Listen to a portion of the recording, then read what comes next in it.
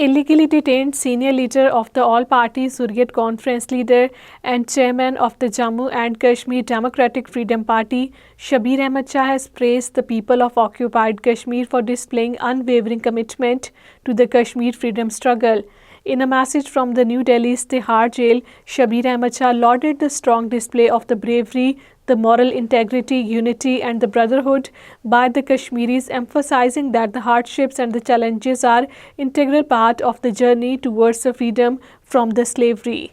Residents of the Katpura in Shopian are grappling with the severe power outage that has now persisted for more than 6 days, causing immense hardships to the local population.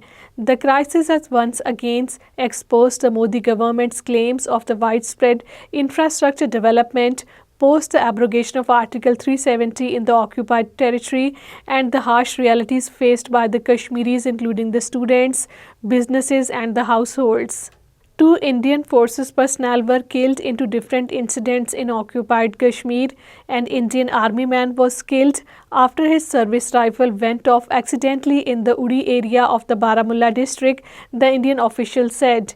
In another incident, an Indian Central Reserve Police Force man of the 117th Battalion died of the cardiac arrest at the Rajbagh in the Srinagar. 28 BJP members on the Wednesday made derogatory remarks against the July 13, 1931 Kashmiri martyrs in the occupied Kashmir Assembly.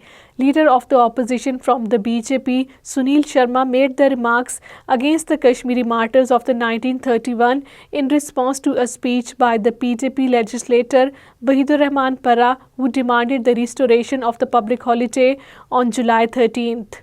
Speakers at a side event in the Geneva referring to the unsettled Kashmir dispute said that the Reggae conflict has significantly contributed to the environmental crisis in the region, primarily due to the neglect of the environmental concerns amidst the political tensions.